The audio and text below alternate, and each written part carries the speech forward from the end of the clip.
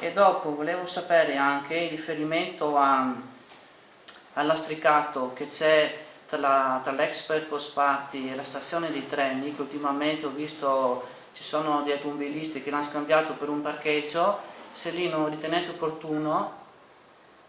Quasi. 16 macchine, sì, 16 macchine domenica mi hanno detto, e 6 l'altro giorno. Ho visto che i vigili hanno messo il nastro bianco e rosso. Oggi non già aperto, ci sono già 2 o 3. Sì, ma voglio dire, per evitare che magari la gente ci ritorni, automobilisti magari anche che non sono di Portogruaro, ritenete opportuno magari mettere dei paletti, delle indicazioni aggiuntive?